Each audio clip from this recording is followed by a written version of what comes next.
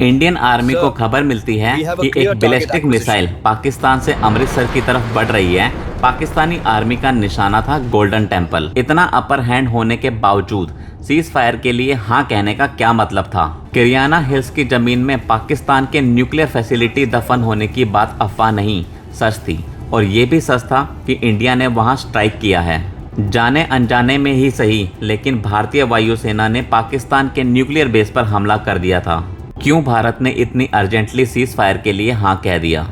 क्यों Donald Trump और America इस पूरे कॉन्फ्लिक्ट में इतना इंटरेस्टेड थे? क्यों किरियाना हिल्स पर स्ट्राइक के सवाल पर हमारे एयर मार्शल को झूठ बोलना पड़ा? क्यों इंडियन आर्मी के पूरे कॉन्फ्रेंस में किरियाना हिल्स का नाम तक नहीं लिया गया? क्यों अमेरिका ऑपरेशन सिंदूर के बाद से ही इंडिया को छोड़कर पाकिस्तान की साइड लेने लगा? जैसे ही घड़ी में 3:17 हुए, रेडियो पर एक छोटा सा कोडवर्ड आया, हर हर महादेव। ये पूरा ऑपरेशन सिर्फ 11 मिनट में खत्म हो गया जब मार्कोस और पैरा एसएफ की टीम एक्सट्रैक्ट हुई। पूरा कंपाउंड कब्रिस्तान बन चुका था।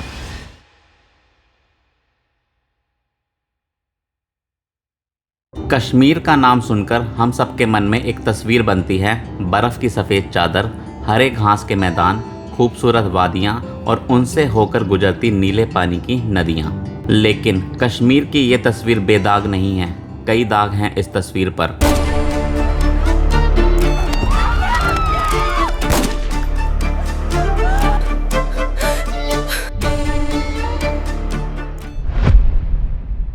और हर दाग एक दर्दनाक कहानी बयां करता है। कश्मीर के दामन में ऐसा ही एक दाग लगा 22 अप्रैल 2025 को।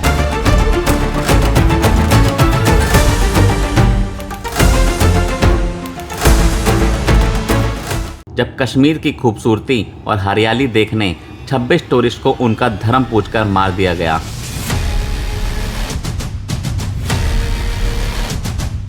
और एक चैलेंज दिया गया सीधा भारत के प्रधानमंत्री को, और हमारे पीएम ने ये चैलेंज एक्सेप्ट भी किया। We will pursue them to the ends of the earth. Pakistan को जवाब दिया गया ऑपरेशन सिंदूर से। हमले की साजिश रचने वालों को उनकी कल्पना से भी बड़ी सजा मिलेगी।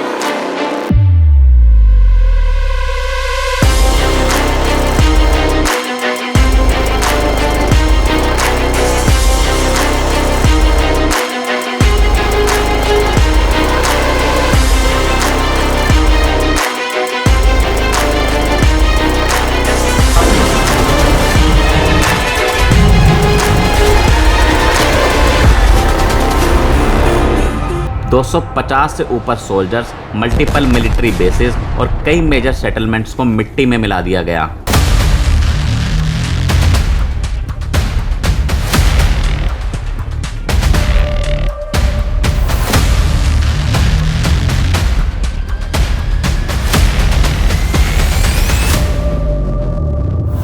ऐसा लग रहा था जैसे इंडिया और पाकिस्तान में अब वार होने से कोई रोक नहीं सकता, लेकिन फिर अचानक से सीज फायर की अनाउंसमेंट आती है और किसी को समझ नहीं आता कि इंडिया ने सीज फायर के लिए एग्री क्यों किया। पहलगांव अटैक और ऑपरेशन सिंदूर के सक्सेस को हम अपनी पिछली वीडियो में कवर कर चुके हैं, लेकिन ये कहानी ऑपरेशन सिंदूर पर ख़त्म नहीं होती, ना ही सीज फायर पे ख़त्म होती है, क्योंकि ऑपरेशन सिंदूर के बाद भी पहलगांव में आतंक मचाने वाले वो टेररिस्ट खुले घूम रहे थे और जस्टिस तब तक अधूरी थी जब तक वो जिंदा थे। नमस्कार, मैं हूं Ravi Kharbanda and I welcome you to your own channel the open files. आज की वीडियो 2 पार्ट्स में होने वाली है। पहले पार्ट्स में हम डिस्कस करेंगे इंडिया पाकिस्तान सीज फायर के पीछे के वो सीक्रेट्स जो शायद कभी मीडिया में सामने आए ही नहीं, और दूसरे पार्ट में हम आपको बताएंगे ऑपरेशन महादेव की पूरी कहानी और एक्सप्लेन करेंगे कि कैसे हमारी आर्मी ने पहलगांव अटैक का बदला पूरा किया।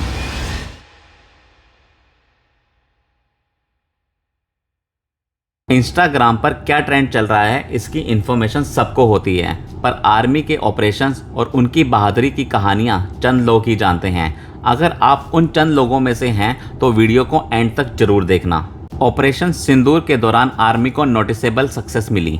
पाकिस्तान में मल्टीपल टेररिस्ट लोकेशन डिस्ट्रॉय हुए और कुछ हाई वैल्यू टेररिस्ट कमांडर्स को भी एलिमिनेट किया गया।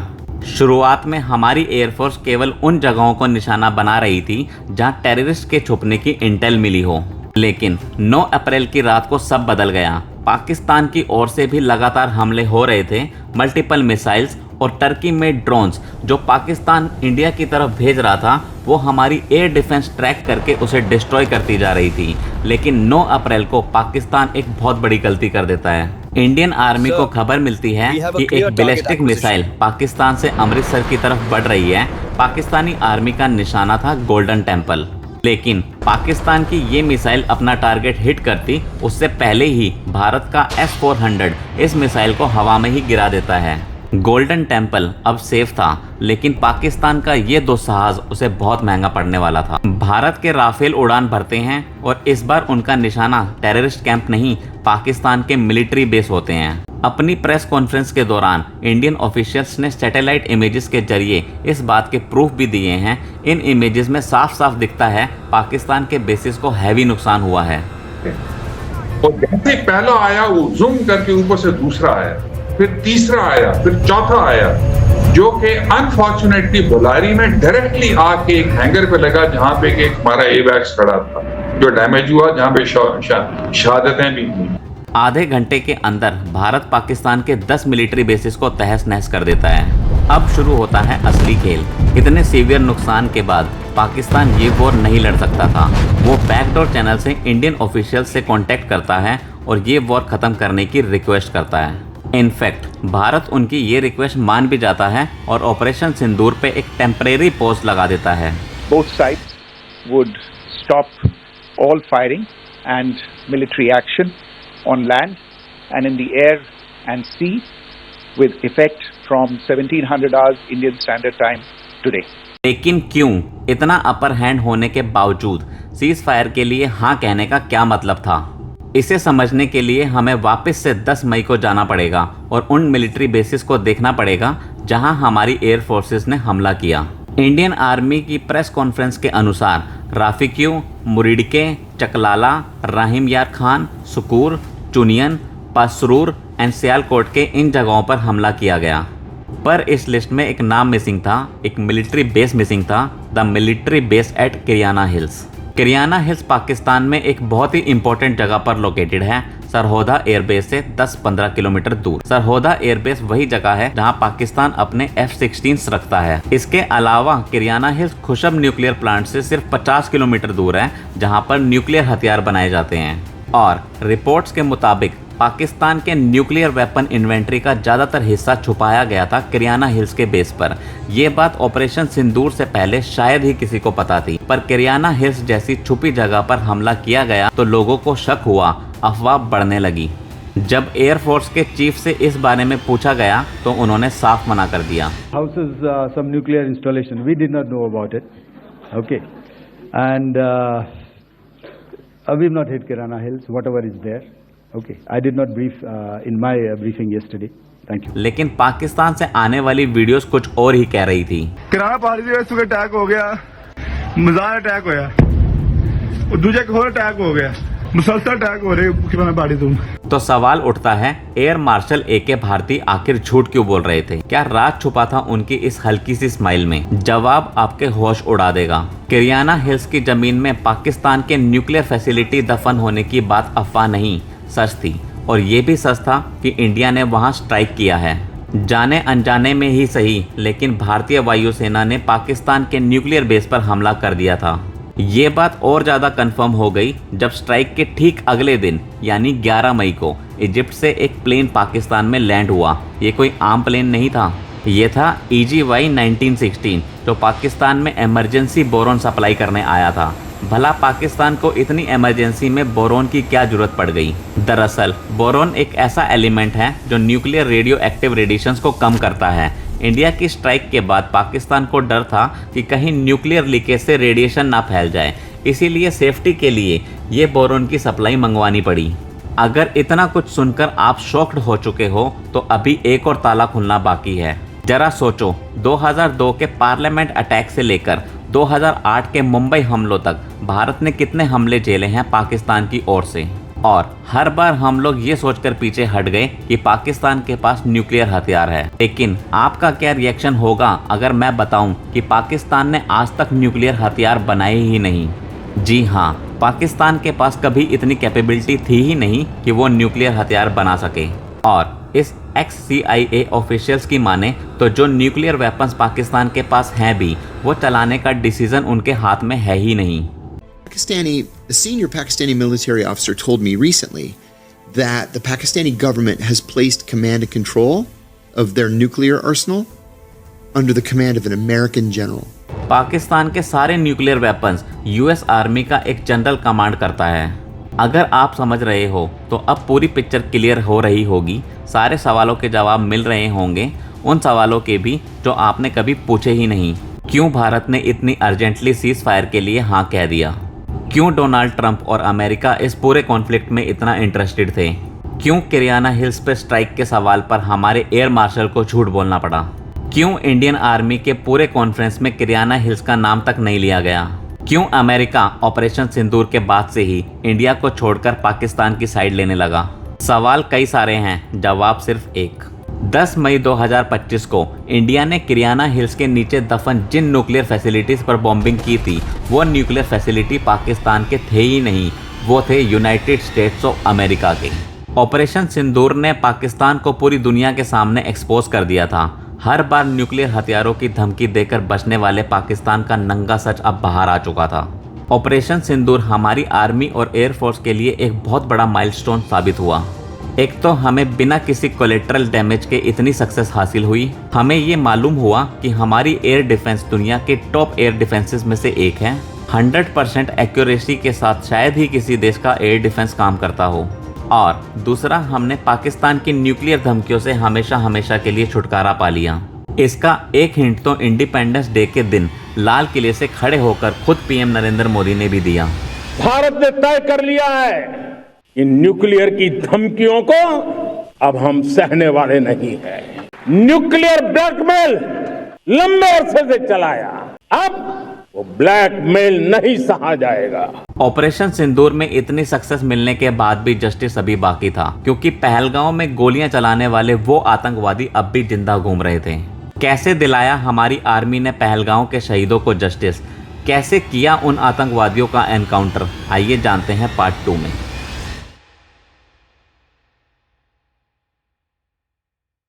ऑपरेशन सिंदूर खत्म होने के बाद भी भारत का काम पूरा नहीं हुआ था।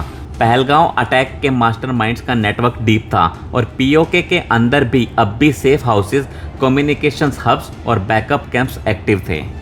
पहलगांव अटैक के बाद आर्मी को एक चीज क्लियर थी, अगर अब भी उनकी जड़ें नहीं काटी गई तो कुछ महीने के बाद ये नेटवर्क फिर से जिंदा हो जाएगा। इसलिए प्लान बनाया गया एक फॉलो अप ऑफेंसिव का, जिसका कोड नेम रखा गया ऑपरेशन महादेव।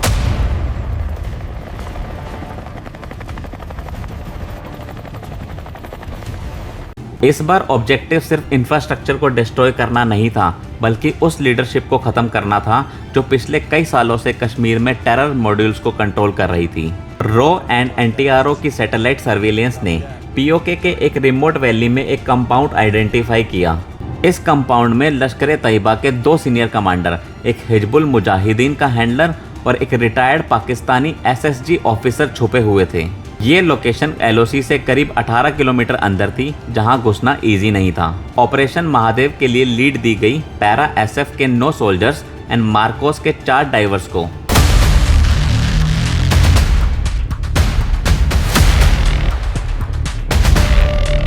मार्कोस का काम था नीलम रिवर के एक सेक्लूडेड स्ट्रेच से वाटर इनफिल्ट्रेशन करना, जबकि पैरा एसएफ जंगल राउट से कैंप तक पहुंचकर एक साथ असॉल्ट करेगी। इस मिशन में टाइमिंग बहुत क्रूशियल थी। दोनों टीम्स को एकदम 1 सेकंड में स्ट्राइक करना था ताकि टारगेट को भागने का मौका ना मिले। रात के अंधेरे में मार्कोस अपने जाने पहचाने अंदाज में दबे पैरों पैडल करते हुए पाकिस्तानी वाटर में घुस गए। दूसरी तरफ पैरा एसएफ एक ऊंची चोटी पकड़ के कंपाउंड में पीछे वाले रास्ते से पहुंची। अब बस इंतजार था मौत का खेल शुरू होने का। जैसे ही घड़ी में 3:17 हुए, रेडियो पर एक छोटा सा कोड वर्ड आया, हर हर महादेव। और फिर शुरू हुई एक कोऑर्डिनेटेड लाइटिंग स्ट्राइक। मार्कोस ने पहले कंपाउंड के आउटर में ग्रेनेड लॉन्चर से अटैक किया ताकि हर जगह धुआं हो जाए और कुछ साफ दिखाई ना दे और गार्ड्स कंफ्यूज हो जाएं। पैरा एसएफ ने इस मौके का फायदा उठाते हुए अंदर घुसकर एक एक रूम में सफाई स्टार्ट की। फायरिंग के बीच एक बंकर के अंदर वो रिटायर्ड पाकिस्तानी एसएसजी ऑफिसर भी मिल गया। उसने कुछ देर तक रेसिस्टेंस दिखाया, लेकिन एक शॉर्ट बस्ट फायर से उसका भी काम तमाम हो गया। दूसरे विंग में एक हिजबुल हैंडलर आइडेंटिफाई हुआ था, जिसे जिंदा कैप्चर करने का मिशन सेकेंडरी ऑब्जेक्टिव था। ये कैप्चर इंडियन इंटेलिजेंस के लिए एक गोल्ड माइन साबित होता, क्योंकि उसके पास इनफिल्ट्रेशन राउट्स, स्लीपर सेल्स और हवाला फंडिंग का पूरा ब्लूप्रिंट था। ये पूरा ऑपरेशन सिर्फ 11 मिनट में खत्म हो गया जब मार्कोस और पैरा एसएफ की टीम एक्सट्रैक्ट हुई। पूरा कंपाउंड कब्रिस्तान बन चुका था, जहां सिर्फ आग की लपटें और गन पाउडर का धुआं था। 22 अप्रैल से लेकर 22 मई लगभग 30 दिनों की इंटेलिजेंस एफर्ट्स और मिलिट्री ऑपरेशंस के बाद फाइनली पहलगांव और पुंछ में मारे गए 40 सिविलियंस की मौत का बदला लिया गया। Remember, viewer, the TRF, so to say, while Pakistan's Deputy Prime Minister, Foreign Minister says this was the Resistance Front, we got that name removed from the UNSC statement. It's a proof that there is no TRF as such. These are just proxy outfits of Lashkar or Jaish-e-Mohammed, and Pakistan has got these names changed to make it look like a local resistance and, importantly, to distract from the international monitoring that was being done. Operation Mahadev Bharat के लिए एक psychological victory था। उन 40 civilians की जानें उनकी family को तो लौटाई नहीं जा सकती, पर हमारी गवर्नमेंट इतना एश्योरेंस जरूर दे सकती है कि अब दोबारा कुछ ऐसा ना हो। दुश्मन के मन में इतना डर बिठा दिया कि कई सालों तक वो अब ऐसा करने की सोचे भी नहीं। मैं प्रे करता हूँ उन 40 लोगों की फैमिलीज के लिए और आशा करता हूँ कि हमारे देश के लोगों को ऐसी हालात फिर कभी ना झेलने पड़ें। इस वीडियो में बस इतना ही। वीडियो कैसी लगी ये ज़रूर बताना और चैनल को सब्सक्राइब भी कर लेना, ताकि हम ऐसी वीडियो आपके लिए लाते रहें। मैं आपसे मिलूंगा द ओपन फाइल्स के अगली वीडियो में। तब तक के लिए बाय, टेक केयर, जय हिंद।